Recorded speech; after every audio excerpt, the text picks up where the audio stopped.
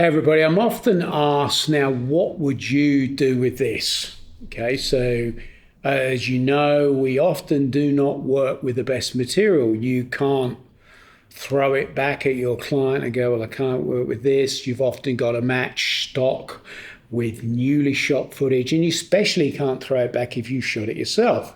So we're going to use a few things, and what would I do with this shot? Slightly overexposed surfer where you want to make it look more early morning, put some sky in there, warm it up, give it some life. First thing, I'm looking at it and I'm looking at my scopes thinking, well, hang on, I'm sure there's some detail there. And if we get hold of our gain, we can bring the detail down. Problem with that is every time I reset everything, it's going to reset back to that. So I'm going to do this, clip attributes in here. Clip attributes, and I'm going to change this because what happens, this is actually a full range clip, but Resolve has interpreted with video levels, so it's clamped it down. It's gone, I know what you are. In this case, it's got it wrong. Most of the time, if you leave this on auto, you are fine. Look what happens when I change it to full. There, you get that little bit of detail back. Now, I could have done that with a grading. I just like to do that from the starting point. The advantage of that is now, if I am grading, pulling down the gamma, affecting anything, and I reset it, it will reset to that, which is better than what we had the first time. So remember that. A lot of the time you won't need to adjust it, but when you do, it's a cool feature. So what else do we want to do here? Now, ideally, I want to get another sky in there. Client doesn't like that sky. I can see I've probably got a problem of maybe keying into that surfboard and just generally bring this to life because it's very lifeless. So we're going to say it's like an early morning thing. First off, overall balance, always important. I'm just going to leave this one empty because I know I've done that data change to levels. Leave that one. That will just remind me that I've done that, okay? Number two, overall, I'm just going to warm this up slightly with my offset, so away from the color you see. Just blew that up just like that. That's going to just away from the coolness. We're adding some yellow. Orange is naturally going to make it look a little bit more early morning. New node, I'm going to attempt to try and key into this sky here. So let's use my normal eyedropper there. And as I go across, you'll see it's quite tricky in picking up other colors in there. I'm going to try and see if I can just do that as a luma key. There.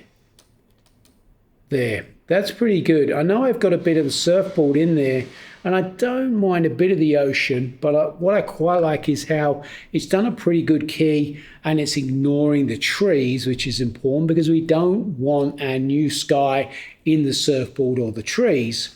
I'm going to add a shape just to do this, just to sort of mask out the areas of the ocean that I don't want. And so I just use a freeform shape and push it through here. And I don't mind if I dive a little bit into the ocean, can all be adjusted later, not a problem. Like that, soften that through. This is going to be the area where we want our new sky. Now I'm going to bring in this new OFX plugin that they released at 18.1. Blackmagic brought this one out, and it's called, we search for it, Sky Replacement. Oh, it's fine. That's Steven Spielberg. Hello, I'm busy. Always take a phone call, but normally have it on silent. You never know who's ringing. Do that. Sky Replacement, drag it to the line like this. We've got a key source to feed into it already. So we feed that blue square into there like that. We will then come up and we can then bring up our sky. What I'm going to do is just soften off that key and just move that around. Now I've got it in there. I can go there. And obviously we're going to need to just use a bit of pre-filter, clean black, clean white, just to soften that out. We can always come back once we've comped our new sky in there. Blur radius off a bit, not too much. I don't want that to be too soft. We'll bring up under artificial sky. There. Now I can change the color of that. That is too much at the moment. So what I'm going to do is to click on that color, and the sky that I want is going to be a little bit more like this, like that. Then going to take that off, and then going to come back. You can see this is too soft here on my key, and we can start to see it now.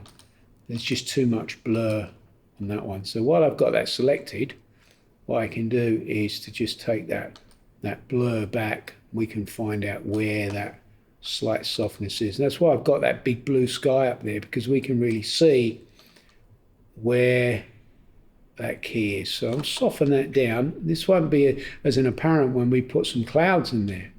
Let's go back, and I'm going to take the opacity up a little bit more there.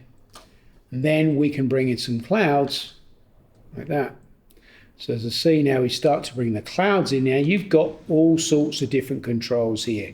So I'm going to zoom that scale right back, and we'll put some more clouds in, make it a little bit more obvious. What we can do is adjust our horizon softness and our horizon height. And also remember, we've also got our original mask here, where we can still control that. And what that will do is lift the whole thing up. And I'm really going to feather that through as well, like that. So leaving our ocean, and our sky starts to do its thing further up there. The only problem with this is I do have a little bit of sky now happening in my surfboard. Now obviously that is a little bit of a no-no, so I'm just going to label this sky.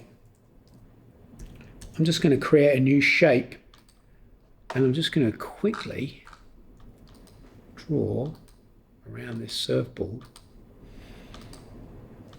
like that, just a quick, and I'm going to make that a mask. I'm going to make it black, label it, bold, track it. So we got the tracker, track backwards and forwards. It's pretty quick, it doesn't move too much. Obviously it's going to make it slightly easier for us. Feather the edges slightly on that guy. But you can see what that's now doing. That's making that solid black, so we're not going to get that artificial sky going into that area like that. I've made it a little bit over the top so you can sort of see it through zoom. You've got all the controls to go back and adjust it. But what I like about it, I can now make a new node, and I can say, well, I want to grade everything as one, but before I do that, I just want to add some shapes in here and try and get some depth into this foreground before I then grade the whole thing. And I like to do this by just using maybe a couple of shapes. Maybe I put a little bit of a circle in there. I'm still a big fan of using circles. I can then just lift some gain in there, a little bit of color boost, maybe just warm that area very slightly like that. I can then add another shape. Now because I'm in the same node, you can always just go there and turn on your pen tool, and I can just draw a little shape into there, and that will have exactly the same attributes, the same color that that one had in it.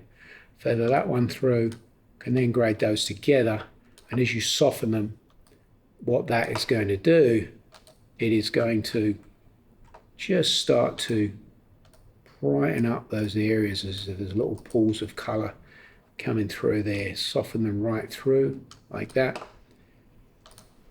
If I decide that I just want to pull back that sky, make a new serial, we've already got a mat of it, keyed of it there, just feed that into this new node like that, and then I've got my color tools that I know I love to be able to just shift, tilde. I can then just come and just desaturate and grade that sky up exactly as I want. Okay, so I can just then desaturate it, sit on that node there, because that key source that's come out of there means I'm grading exactly the same thing down here, but I'm not doing it on the sliders because I'm so used to doing it on the panel or on the color wheels.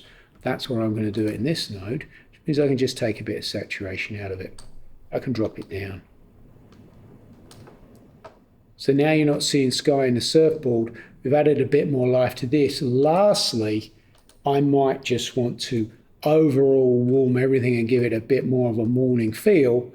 This node now comes right at the end, which means I could then go into any of the controls. I can just go to my gamma. I could just warm everything just like this. Now that takes quite a while, but what you've got to be able to do is to know roughly how quickly you can do it. Now obviously, if that camera was moving around and I had to track all that, it's going to take a lot longer. It doesn't move much, but it certainly enhances the shot and makes it usable. Okay, so just remember to practice all the tools. And if you need to do it because it's the only shot you've got, then you've got to do it. Okay, hope you enjoyed that tip. Check out all my classes, all my training at fxphd.com.